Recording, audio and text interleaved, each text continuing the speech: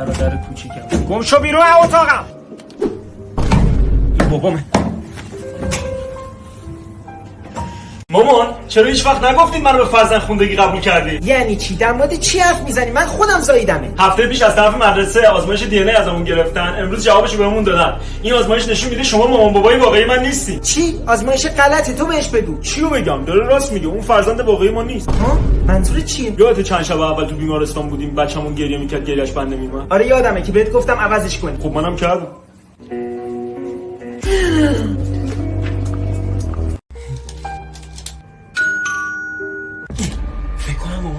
فکر کنم مامانمه. سلام، حالتون خوبه؟ سلام، حالشون؟ بذار من میرم میپیچونمش. تو برو بپیچونش، من میرم قایم میشم. چیکار میکنی با زحمت ها؟ ببخشید تو رو خدا. نه عزیزم چه زحمتی، رحمته. سلام خاله. سلام عزیزم.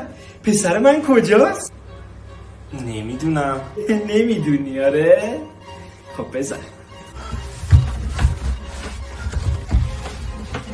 پسر من کجا قایم شدی بروچک؟ اینجایی؟ پسر من کجاه؟ اگه بیای بیرون برات پفک میخرم. واقعا پفک میخری مامان؟ نه.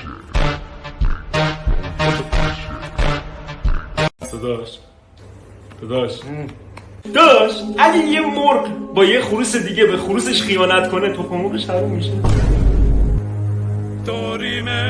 داداش چرا بستنی وانیلی سفیده در صورتی که خود وانیل قهوه‌ایه؟ چند وقتی بود از این چرت پرتا نمیگفتی، راحت بودیم. داداش چرا وقتی داریم از تب میسوزیم میگن سرما خوردی؟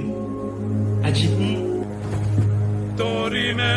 داداش اگه موقع تلف کردن وقتمون لذت ببریم بازم میتونیم بگیم که وقتمون رو تلف کردیم؟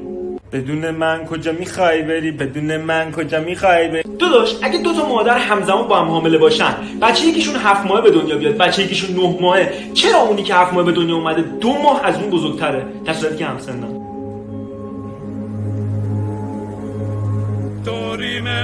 داداش اونایی که سرشون تازه موقع شستن صورتشون تا کجا میرن بالا؟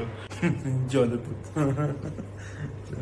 داداش چطور وقتی رو سقف قطار از جات بپری قطار از زیرت رد میشه ولی داخل کابین بپری سر جات میمونی؟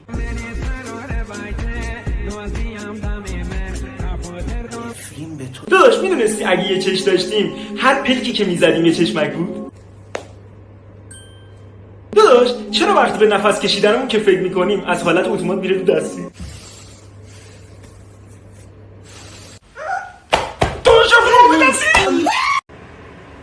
خب سعید جان از کاروبار چه خبر؟ خوبه خدا رو شکر. بله رو نگو، زندگی تو آتیش نزن. پسر بله رو نگو، با زندگی بازی نکن. نگو بله رو نگو. داده بیداد بله رو گو. از سر صدا نکن. چی داری میبینی؟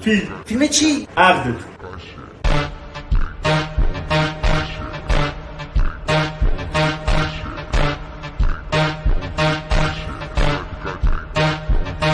الو داداش کلاس گیتارم خیلی وقت تموم شده ها، نمیخواد بری سراغم؟ الو این چه لوکیشنی برای من فرستادی؟ اینجا بره بیابونه، کلاس نیست اینجا. بره بیابون؟ وای داداش لوکیشن فرستم فیلم شکرم قطع نکردم. پدرس. سلام آقای دکتر، جواب آزمایشم اومد؟ سلام عزیزم، جواب آزمایشت اومده. متاسفانه تا 1430 بیشتر زنده نیست. 430 خدا رو شکر. 26 سالای دکتر، میتونم زن بگیرم، تشکیل خانواده بدم، دور دنیا سفر کنم.